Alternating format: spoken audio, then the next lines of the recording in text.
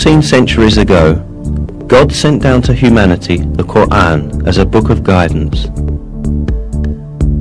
He called upon people to be guided to the truth by adhering to this book. Since the day of its revelation to the day of resurrection, this last divine book will remain the sole guide for humanity.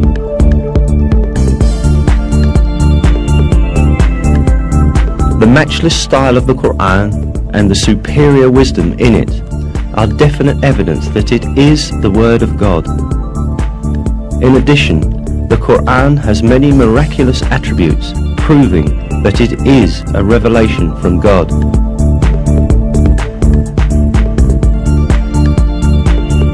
One of these attributes is the fact that a number of scientific truths that we have only been able to uncover by the technology of the 20th century were stated in the Quran 1,400 years ago. Of course, the Quran is not a book of science.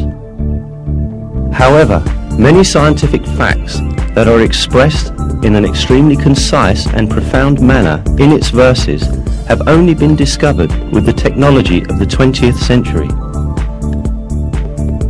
These facts could not have been known at the time of the Quran's revelation, and this is still more proof that the Quran is the Word of God.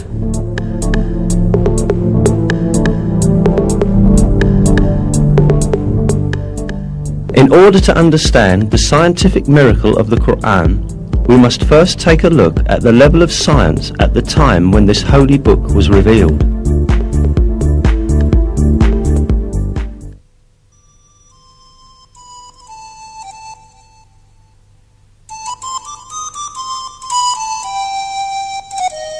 In the 7th century, when the Quran was revealed, Arab society had many superstitious and groundless beliefs where scientific issues were concerned. Lacking the technology to examine the universe and nature, these early Arabs believed in legends inherited from past generations.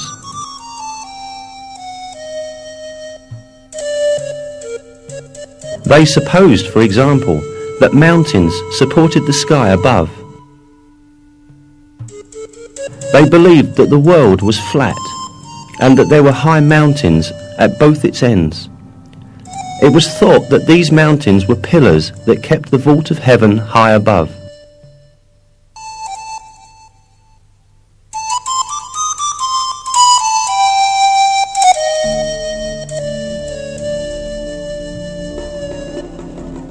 However, all these superstitious beliefs of Arab society were eliminated with the Quran. The verse, "God is He who raised up the heavens without any support," for example, invalidated the belief that the sky remains above because of the mountains.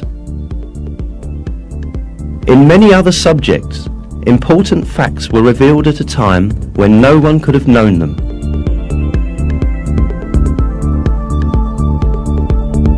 The Quran, which was revealed at a time when people knew very little about astronomy, physics, or biology, contains key facts on a variety of subjects such as the creation of the universe, the creation of the human being, the structure of the atmosphere, and the delicate balances that make life on Earth possible. Let us now take a look at some of the scientific truths revealed in the Quran.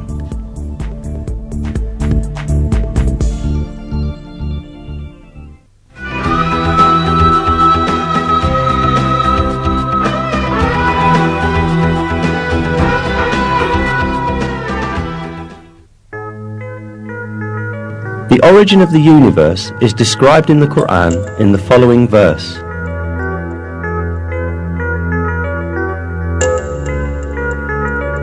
He is the originator of the heavens and the earth. This information given in the Quran is in full agreement with the findings of contemporary science. The conclusion that astrophysics has reached today is that the entire universe, together with the dimensions of matter and time, came into existence as a result of a great explosion that occurred in no time. This event, known as the Big Bang, produced the entire universe about 15 billion years ago, creating it from nothingness as a result of the explosion of a single point. Modern scientific circles are in agreement that the Big Bang is the only rational and provable explanation of the beginning of the universe, and of how the universe came into being. Before the Big Bang, there was no such thing as matter. From a condition of non-existence in which neither matter nor energy nor even time existed, and which can only be defined metaphysically, matter, energy and time were all created. This fact, only recently discovered by modern physics, was announced to us in the Quran 1,400 years ago.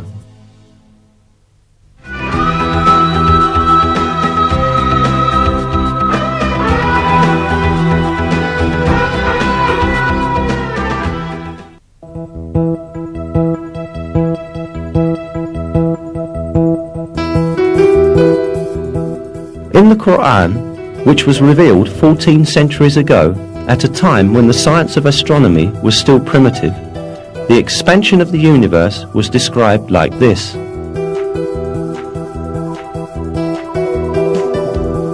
And it is we who have constructed the heaven with might, and verily it is we who are steadily expanding it.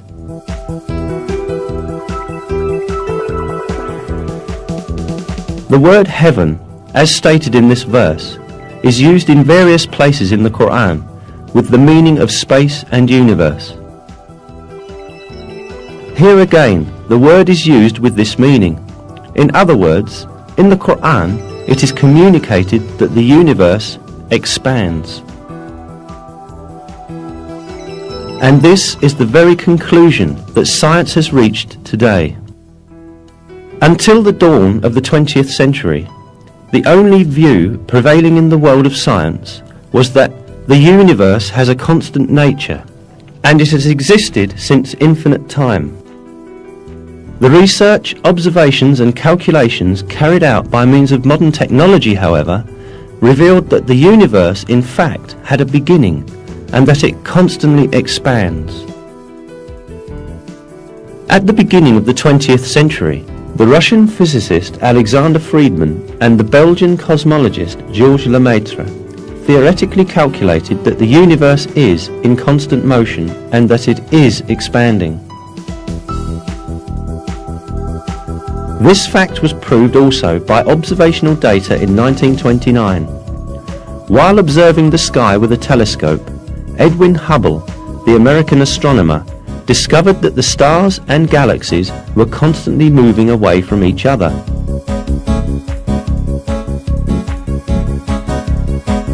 A universe where everything constantly moves away from each other implied a constantly expanding universe. The observations carried out in the following years verified that the universe constantly expands. This fact was explained in the Quran when it was yet unknown by anyone. This is because the Quran is the word of God, the Creator, and the ruler of the entire universe.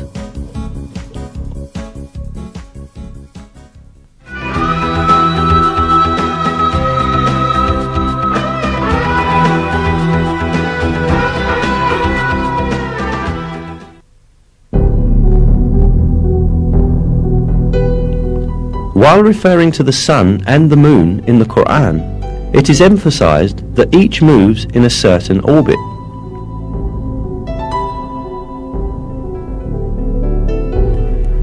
It is He who created the night and the day, and the sun and the moon. They swim along, each in an orbit.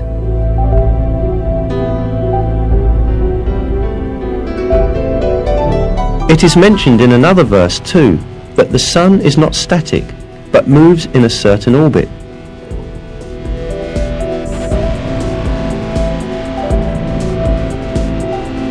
And the sun runs to its resting place. That is the decree of the Almighty, the All-Knowing.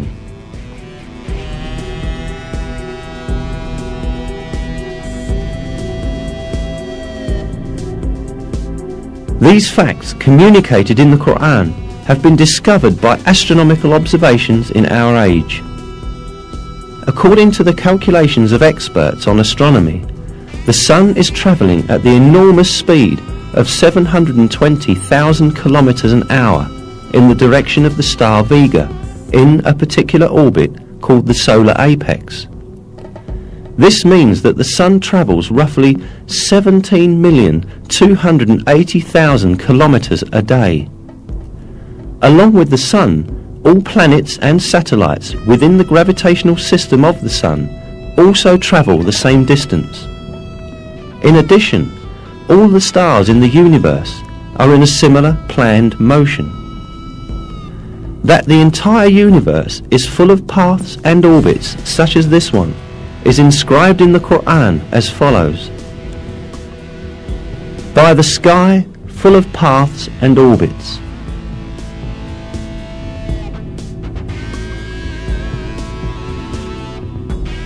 There are about 200 billion galaxies in the universe, consisting of nearly 200 billion stars in each. Most of these stars have planets, and most of those planets have satellites. All of these heavenly bodies move in very precisely computed orbits. For millions of years, each has been swimming along in its own orbit in perfect harmony and order with all the others. Moreover, many comets also move along in the orbits determined for them.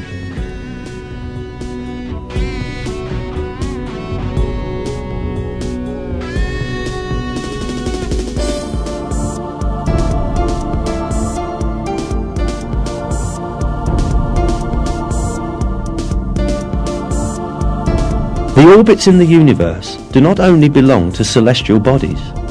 The galaxies also travel at enormous speeds in computed, planned orbits. During these movements, none of these celestial bodies cut across another's path or collide with another.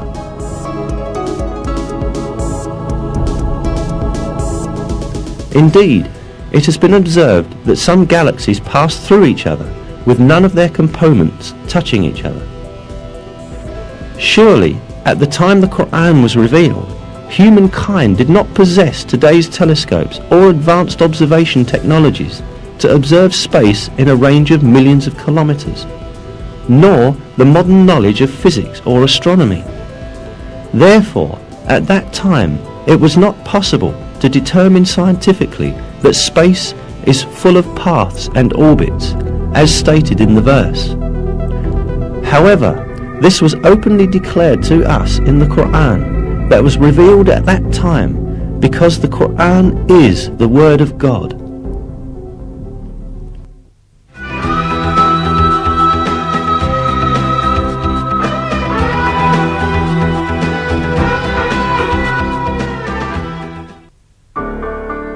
In the Quran, God calls our attention to a very interesting attribute of the sky.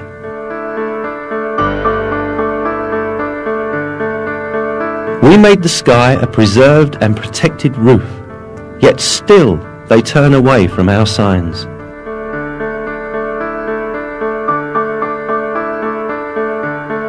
This attribute of the sky has been proved by scientific research done in the 20th century. The atmosphere surrounding the Earth serves crucial functions for the continuity of life. While destroying many meteors, big and small, as they approach the Earth, it prevents them from falling to Earth and harming living things.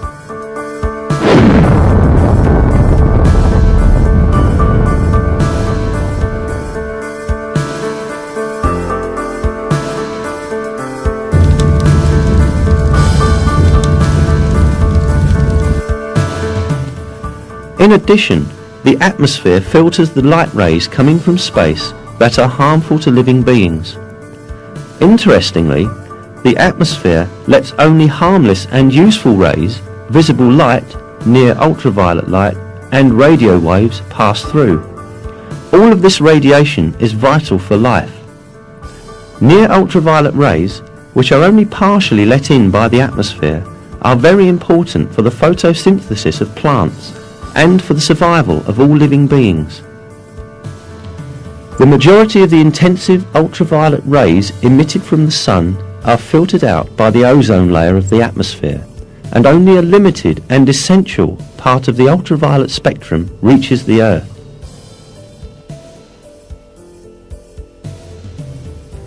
The protective function of the atmosphere does not end here. The atmosphere also protects the Earth from the freezing cold of the space, which is about minus 270 degrees centigrade.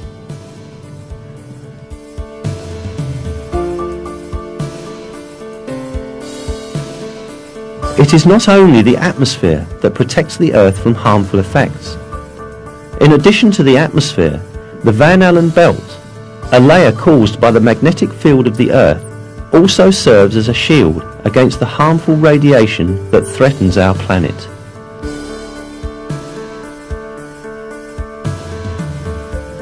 This radiation, which is constantly emitted by the Sun and other stars, is deadly to living things.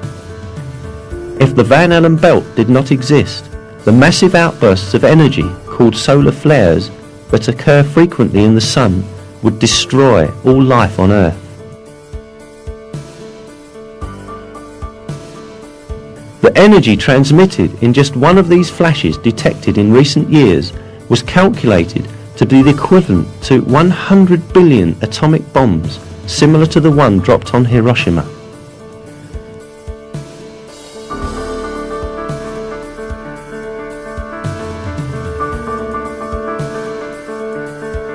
"58 hours after the flash, it was observed that the magnetic needles of compasses displayed unusual movement, and 250 kilometers above the Earth's atmosphere, the temperature suddenly increased to 2,500 degrees Celsius.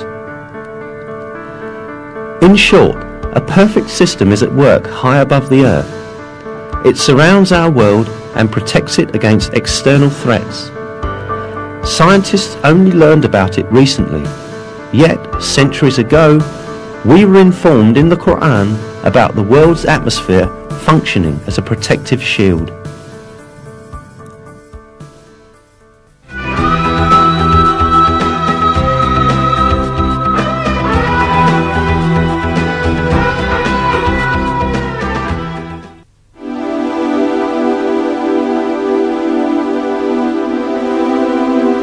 The 11th verse of Surat At-Tariq in the Quran refers to the returning function of the sky.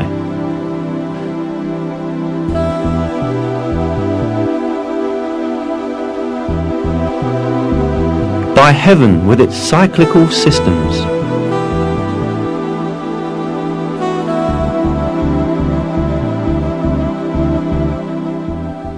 This word, interpreted as cyclical in Quran translations, also has meanings of sending back or returning.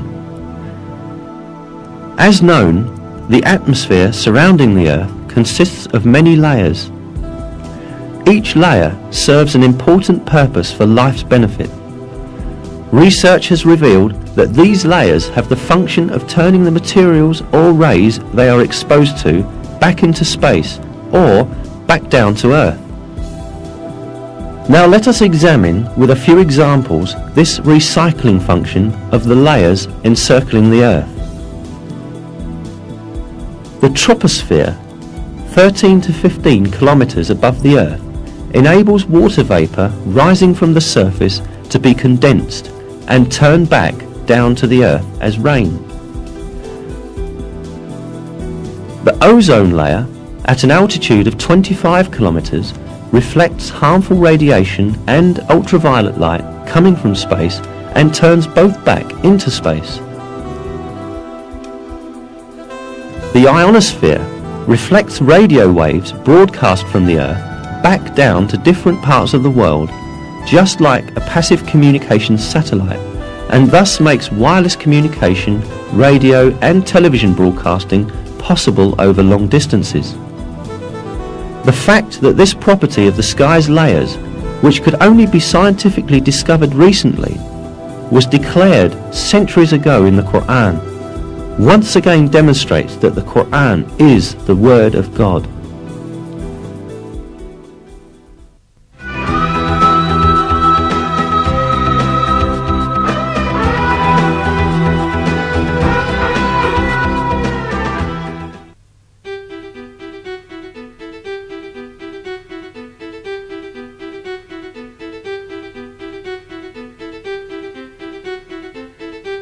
One fact about the universe revealed in the verses of the Quran is that the sky is made up of 7 layers.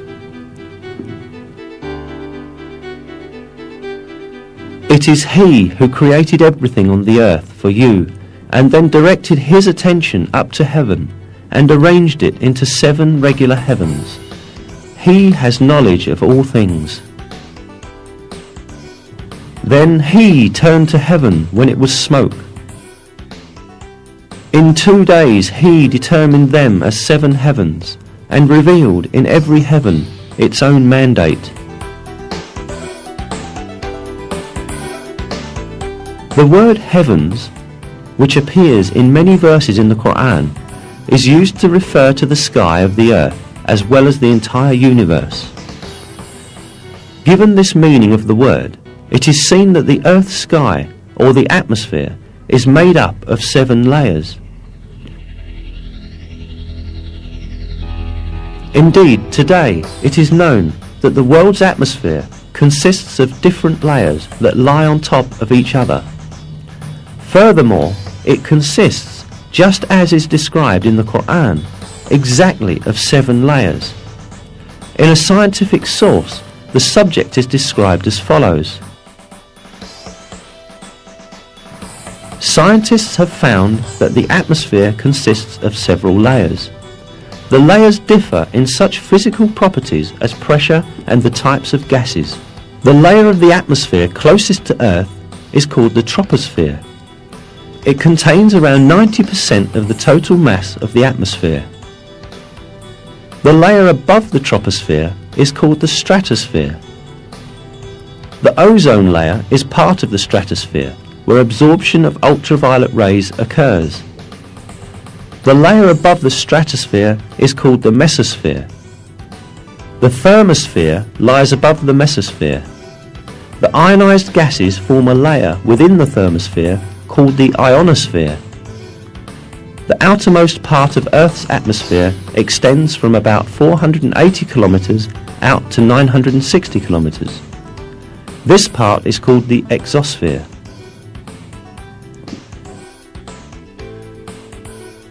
If we count the number of layers cited in this source, we see that the atmosphere consists of exactly 7 layers, just as stated in the verse. It is a great miracle that these facts, which could not possibly be discovered without the technology of the 20th century, were explicitly stated by the Quran 1,400 years ago.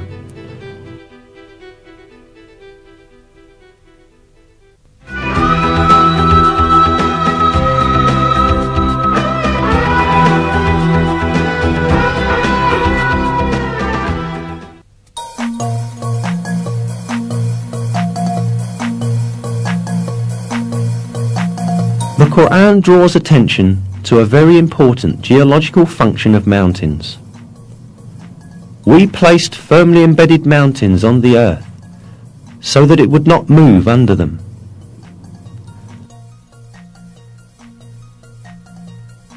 As noticed, it is stated in the verse that the mountains have the function of preventing shocks on the earth. This fact was not known by anyone at the time the Quran was revealed. It was in fact brought to light recently as a result of the findings of modern geology. According to these findings, mountains emerge as a result of the movements and collisions of massive plates forming the Earth's crust. When 2 plates collide, the stronger one slides under the other. The one on top bends and forms heights and mountains. The layer beneath proceeds under the ground and makes a deep extension downward. That means that mountains have a portion stretching downwards as large as their visible portion on the earth. In a scientific text, the structure of mountains is described as follows. Where continents are thicker, as in mountain ranges, the crust sinks deeper into the mantle. In a verse, this role of the mountains is pointed out through a comparison with pegs. Have we not made the earth as a bed, and the mountains its pegs?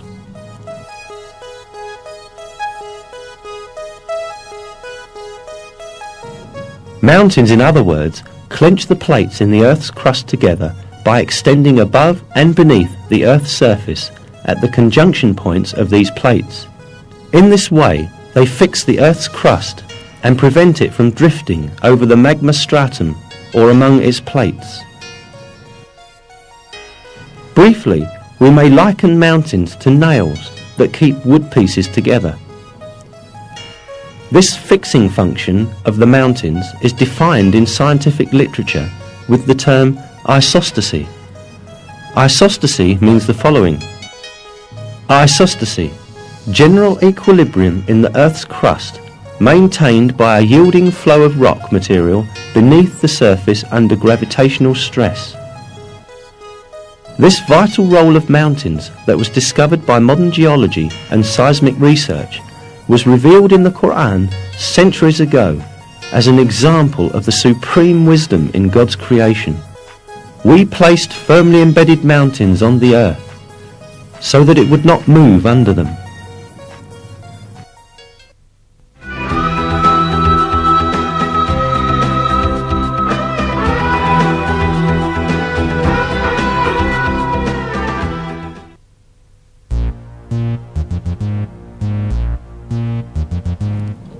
In one of the verses, we are informed that the mountains are not motionless as they seem, but they are in constant motion.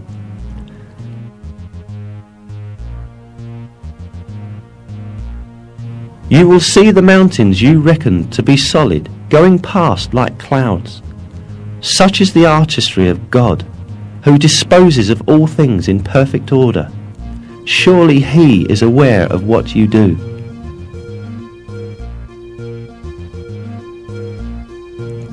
This motion of the mountains is caused by the movement of the Earth's crust that they are located on. The Earth's crust sort of floats over the mantle layer, which is denser. It was at the beginning of the 20th century when, for the first time in history, a German scientist by the name of Alfred Wegener proposed that the continents of the Earth had been attached together at the initial phases of the world, but then drifted in different directions and thus separated as they moved away from each other.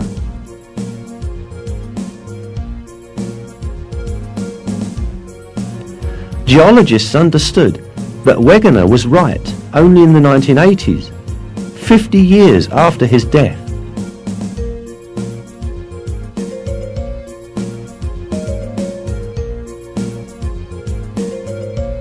Discovered as a result of the geological research carried out at the beginning of the 20th century, this movement of the Earth's crust is explained by scientists as follows. The crust and the uppermost part of the mantle, with a thickness of about 100 kilometers, are divided into segments called plates. There are 6 major plates and several small ones. According to the theory called plate tectonics, these plates move about on Earth, carrying continents and ocean floor with them. Continental motion has been measured at from 1 to 5 centimeters per year. As the plates continue to move about, this will produce a slow change in Earth's geography. Each year, for instance, the Atlantic Ocean becomes slightly wider. There is a very important point to be stated here. God has referred to the motion of mountains as a drifting action in the verse. Today, modern scientists also use the term continental drift for this motion. Unquestionably, it is one of the miracles of the Quran that this scientific fact, which has been recently discovered by science, was announced in the Quran.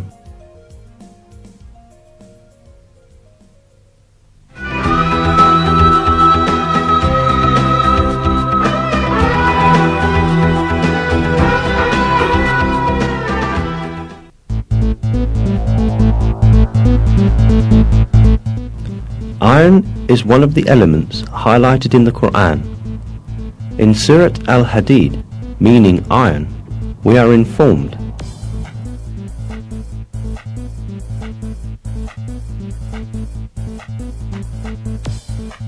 "And we sent down iron, in which there lies great force, and which it has many uses for mankind."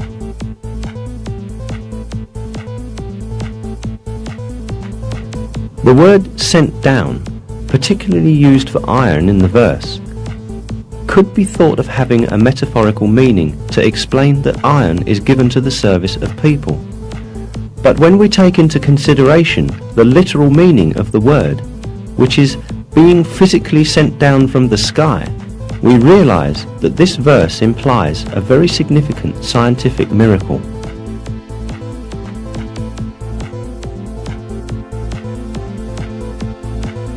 This is because modern astronomical findings have disclosed that the metal of iron found in our world has come down from giant stars in outer space. The heavy metals in the universe are produced in the nucleus of big stars. Our solar system, however, does not have a suitable structure to produce iron on its own. Iron can only be produced in much bigger stars than the Sun, where the temperature reaches a few 100 million degrees. When the amount of iron exceeds a certain level in a star, the star can no longer bear it, and eventually it explodes in what is called a nova or a supernova. As a result of this explosion, meteors containing iron are scattered around the universe, and they move through the void until attracted by the gravitational force of a celestial body. All this shows that the metal iron did not form on the Earth, but was carried from exploding stars in space via meteors and was sent down to Earth, exactly the same way as stated in the verse. It is clear that this fact could not have been scientifically known in the 7th century, when the Quran was revealed. "And we sent down iron, in which there lies great force, and which has many uses for mankind." In addition, the 25th verse of Surat Al-Hadid, which refers to iron, includes two interesting mathematical codes. Surat Al-Hadid is the 57th surah in the Quran. The numerical value of the word Al-Hadid in Arabic, in other words, is abjad, is the same number, 57. The numerical value of the word Hadid alone is 26, and 26 is the atomic number of iron.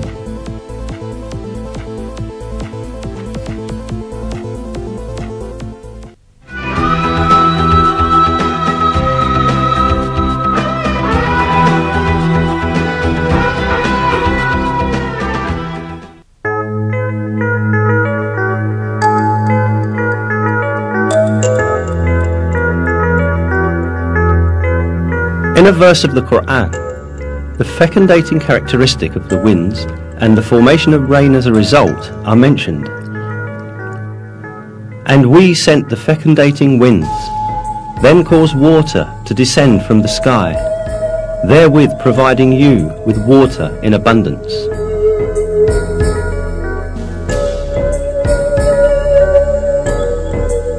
In this verse, it is pointed out that the first stage in the formation of rain is wind.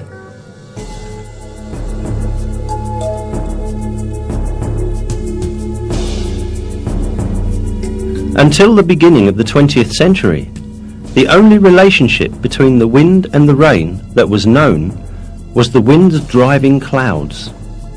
However, modern meteorological findings have demonstrated the fecundating role of the winds in the formation of rain. This fecundating function of the wind works in the following way. On the surface of oceans and seas, countless air bubbles form because of the foaming action. The moment these bubbles burst, thousands of tiny particles with a diameter 1/100th of a millimetre are thrown into the air. These particles, known as aerosols, mix with dust carried from land by winds and are carried to upper layers of the atmosphere. These particles, carried to higher altitudes by winds, come in contact with water vapour up there. Water vapour condenses around these particles and turns into water droplets. These water droplets first come together and form clouds, and then fall on the earth in the form of rain.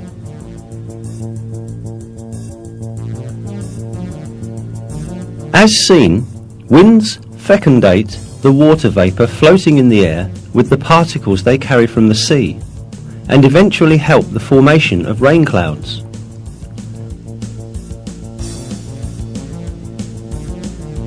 If winds did not possess this property, water droplets in the higher atmosphere would never form, and there would be no such thing as rain.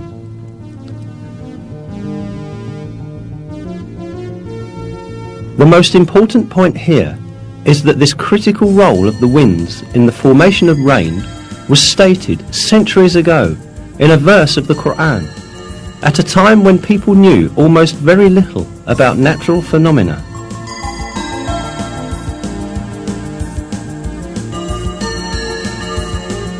Another fact given in the Quran about rain is that it is sent down on earth in due measure. This is mentioned in Surat Az-Zukhruf as follows: "It is He who sends down water in due measure from the sky, by which we bring a dead land back to life. That is how you too will be raised from the dead." This measure in rain has again been discovered by modern research. It is estimated that in 1 second, approximately 16 million tons of water evaporate from the earth. This figure amounts to 513 trillion tons of water in 1 year. This number is equal to the amount of rain that falls on the earth in 1 year. This means that water continuously circulates in a balanced cycle according to a measure.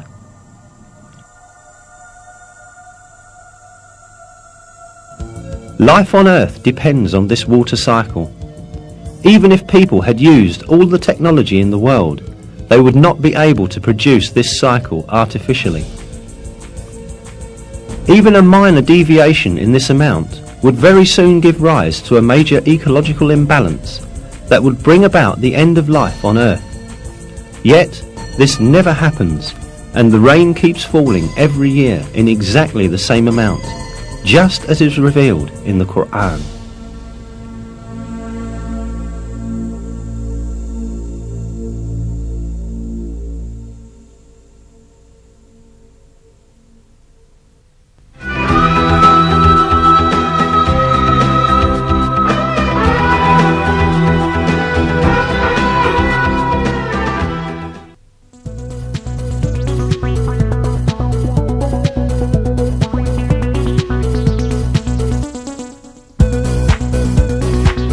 One of the properties of seas that was very recently discovered is related in a verse of the Quran as follows: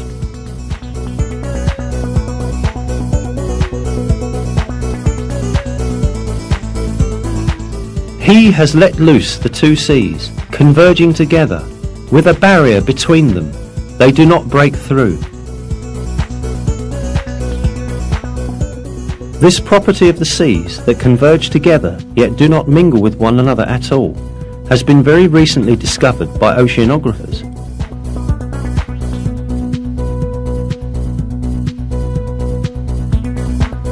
Because of a physical force called the surface tension, the waters of neighbouring seas do not mix. Caused by the difference in the density of the seas, surface tension prevents the seas from mingling with one another, just as if a thin wall were between them. The interesting side of it is that during a period when people had no knowledge of physics, surface tension, or oceanography. This was revealed in the Quran.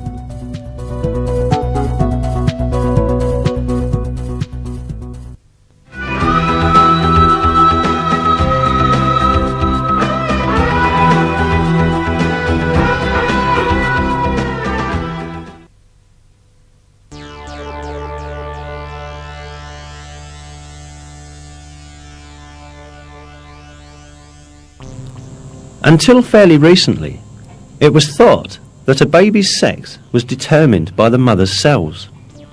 Or at least, it was believed that the sex was determined by the male and female cells together.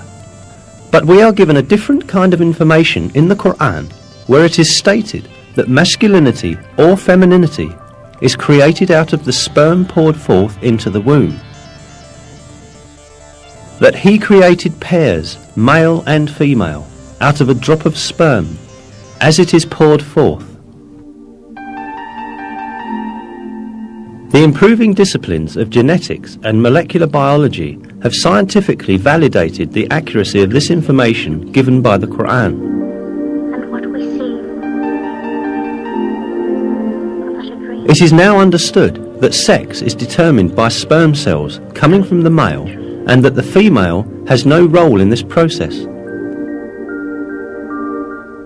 Chromosomes are the main elements in determining sex. 2 of the 46 chromosomes that determine the structure of a human being are identified as the sex chromosomes. These 2 chromosomes are called XY in males and XX in females because the shapes of the chromosomes resemble these letters. The Y chromosome carries the genes that code for masculinity, while the X chromosome carries the genes that code for femininity. Formation of a new human being begins with the cross combination of one of these chromosomes, which exist in males and females in pairs. In females, both components of the sex cell, which divides into 2 during ovulation, carry X chromosomes. The sex cell of a male, on the other hand, produces 2 different kinds of sperm, one that contains X chromosomes and the other Y chromosomes. If an X chromosome from the female unites with a sperm that contains an X chromosome, then the baby is female.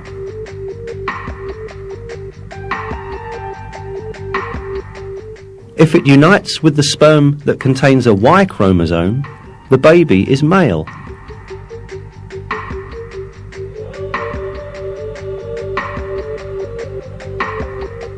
In other words, a baby's sex is determined by which chromosome from the male unites with the female's ovum.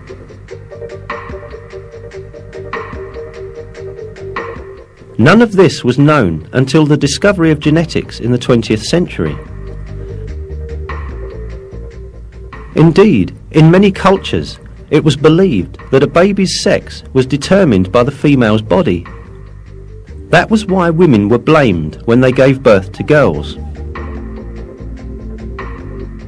However, 13 centuries before human genes were discovered, the Quran revealed information that denies this superstition and referred to the origin of sex being not with women, but with the semen coming from men. If we keep on examining the facts announced to us in the Quran about the formation of people, we again encounter some very important scientific miracles. When the sperm of the male unites with the ovum of the female, the essence of the baby to be born is formed. This single cell, known as the zygote in biology, will instantly start to reproduce by dividing and eventually become a piece of flesh. The zygote, however, does not spend its developmental period in a void. It clings to the uterus just like roots that are firmly fixed to the earth by their tendrils. Through this bond, the zygote can obtain the substances essential to its development from the mother's body. Here, at this point, a very significant miracle of the Quran is revealed. While referring to the zygote developing in the mother's womb, God uses the word alaq in the Quran.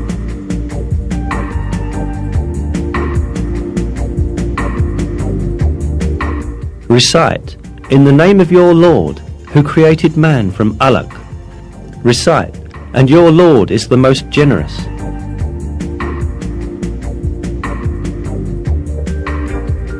The meaning of the word alaq in Arabic is a thing that clings to some place.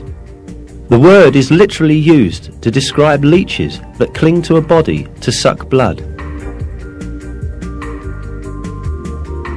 Certainly, it is not a coincidence that such an appropriate word is used for the zygote developing in the mother's womb. This proves once again that the Quran is a revelation from God, the Lord of all the worlds.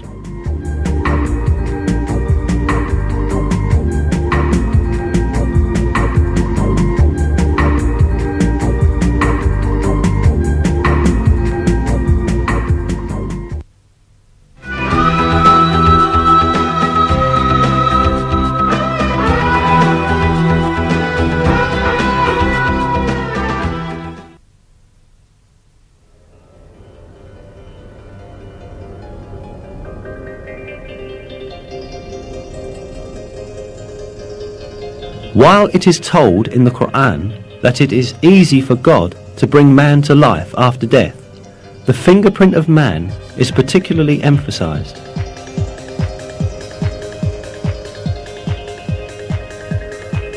Yes, we are able to put together in perfect order the very tips of his fingers.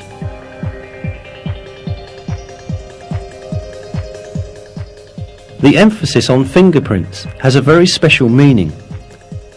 This is because everyone's fingerprint is unique to himself. Every person who is alive or who has ever lived in this world has a set of unique fingerprints.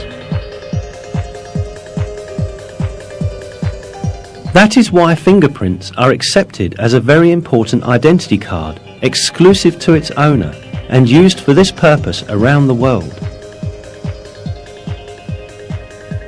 But what is important is that this feature of the fingerprint was only discovered in the late 19th century. Before then, people regarded fingerprints as ordinary curves without any specific importance or meaning. However, in the Quran, God points to the fingertips, which did not attract anyone's attention at that time, and calls our attention to their importance, an importance that could only be understood in our age.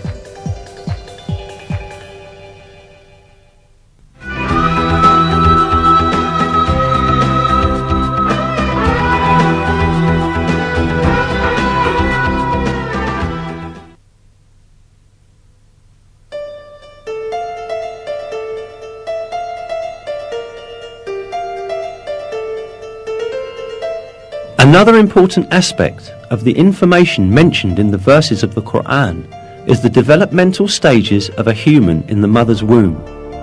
It is stated in the verses that in the mother's womb, first the bones develop, and then the muscles form which wrap around these bones.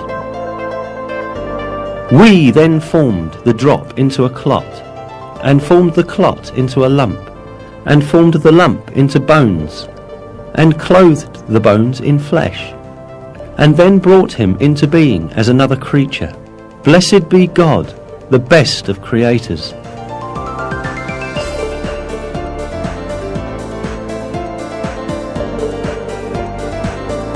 Embryology is a branch of science that studies the development of embryos in the mother's womb. Until very recently, embryologists assumed that the bones and muscles in an embryo developed at the same time. For this reason, for a long time, some people claimed that these verses were in conflict with science. Yet, advanced microscopic research conducted by virtue of new technological developments has revealed that the revelation of the Quran is word by word correct.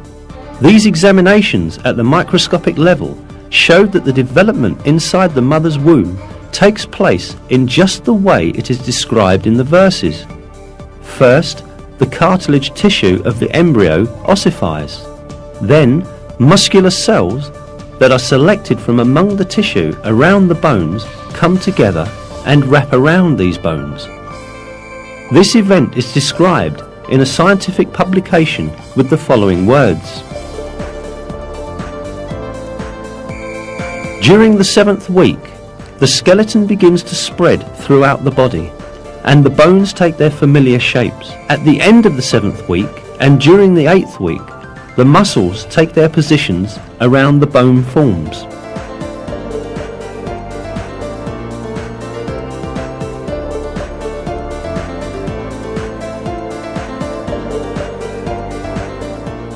In short, man's developmental stages, as they are described in the Quran, are in perfect harmony with the findings of modern embryology.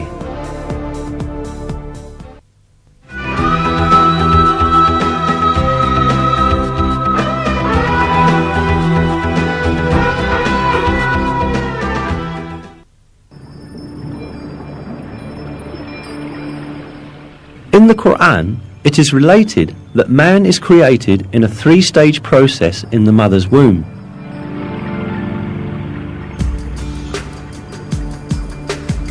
He creates you stage by stage in your mother's wombs in a 3-fold darkness. That is God, your Lord. Sovereignty is His. There is no God but Him. So what has made you deviate?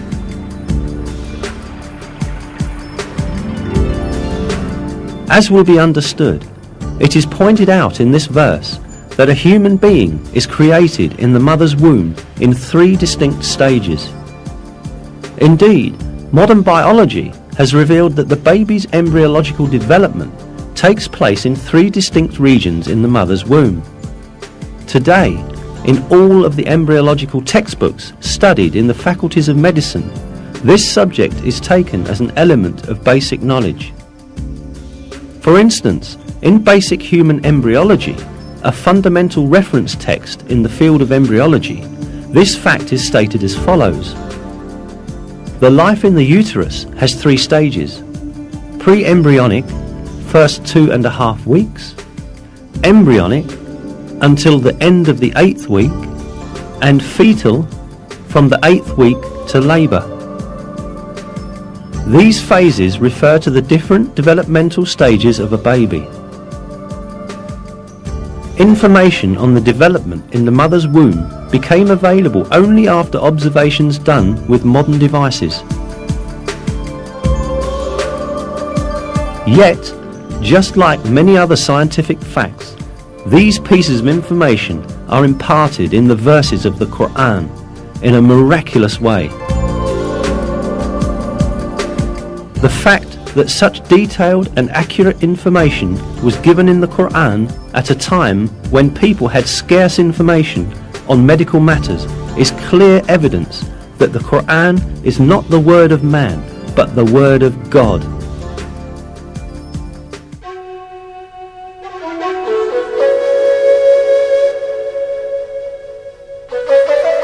Another miraculous aspect of the Quran is that it revealed beforehand a number of important events that would occur in the future. The 27th verse of Surat Al-Fath, for example, gave the believers glad tidings that they would conquer Mecca, which was then under the occupation of pagans.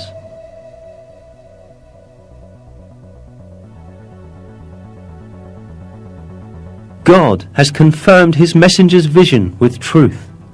You will enter the Masjid al-Haram in safety, God willing, shaving your heads and cutting your hair without any fear. He knew what you did not know and ordained, in place of this, an imminent victory.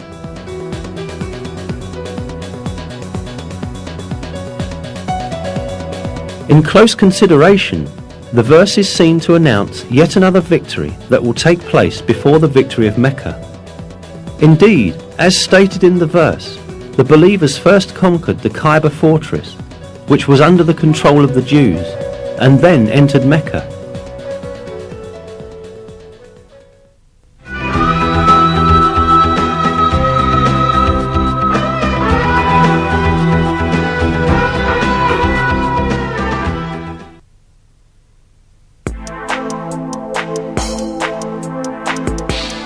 Another piece of news that the Quran gives about the future is found in the first verses of Surat Ar-Rum. In these verses, it is stated that the Byzantine Empire had met with a great defeat, but that it would soon gain victory. The Romans had been defeated in the land nearby, but after their defeat, they will themselves be victorious in a few years' time. The affair is God's from beginning to end.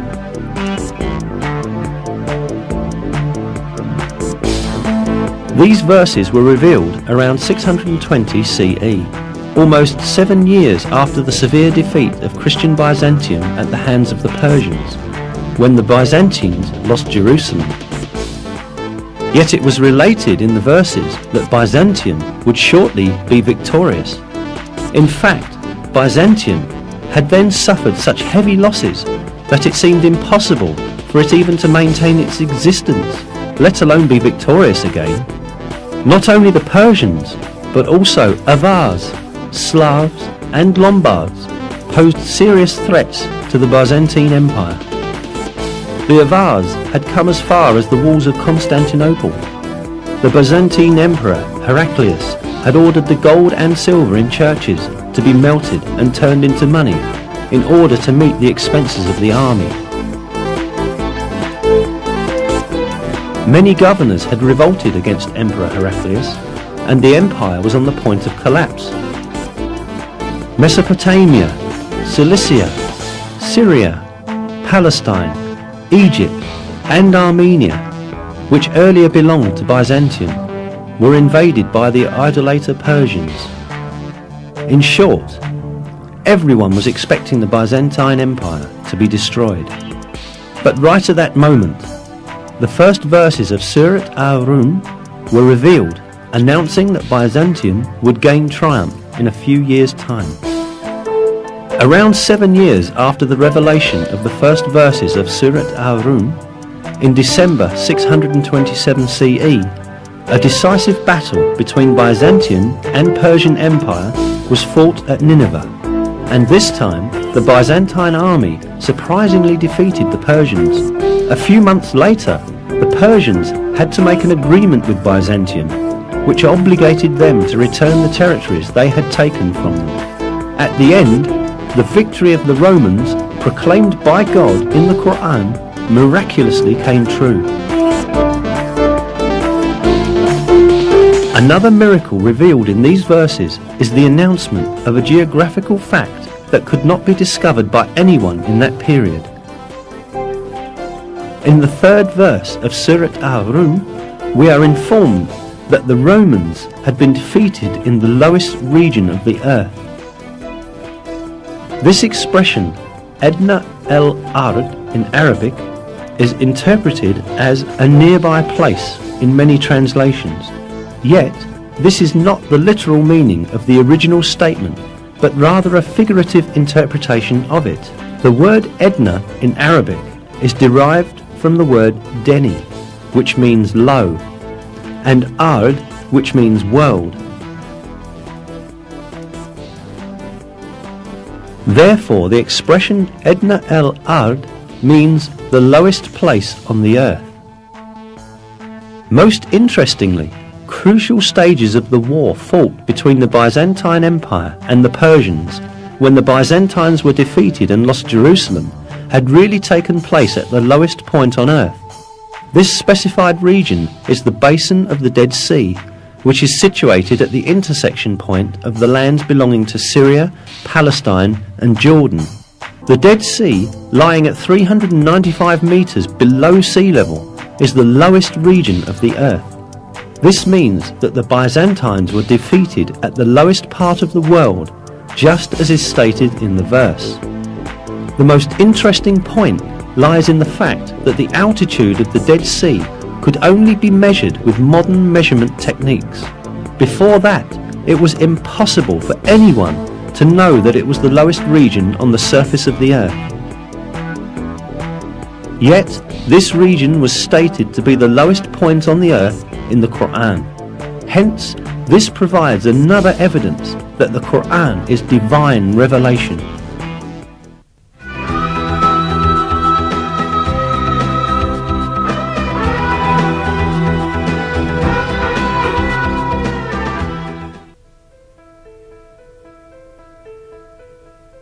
Apart from the miraculous characteristic of the Quran, which we have looked into so far, it also has a mathematical miracle.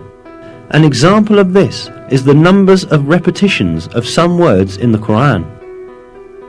Some related words are surprisingly repeated the same number of times. Below are such words and the numbers of their repetitions in the Quran.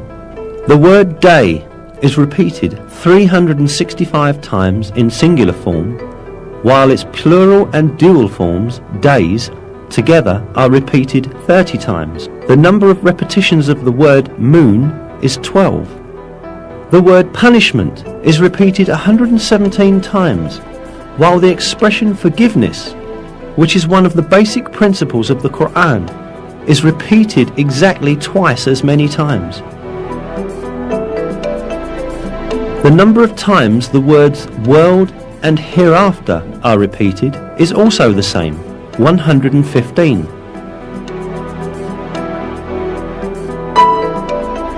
The statement of 7 heavens is repeated 7 times. The creation of the heavens is also repeated 7 times. The word faith, iman, without genitive, is repeated 25 times throughout the Quran, as is also the word infidelity or covering over the truth, kufr. The word zakah is repeated 32 times, while the number of repetitions of the word blessing is also 32. The expression the truly virtuous is used 6 times, but libertine is used half as much, i.e. 3 times. Human being is used 65 times. The sum of the number of mentions of the stages of man's creation is the same.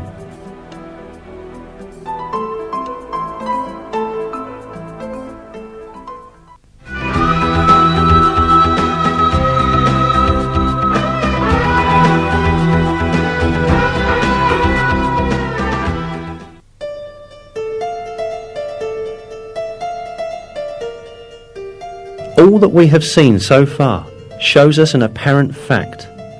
The Quran is such a book that all the news related in it has proved to be true, and facts that no one could ever have known at that time were announced in its verses. Certainly this provides clear evidence that the Quran is not the word of man. The Quran is the word of God, the originator of everything, and the Almighty, who encompasses everything with his knowledge. In a verse, God remarks on the Quran, "If it had been from other than God, they would have found many inconsistencies in it."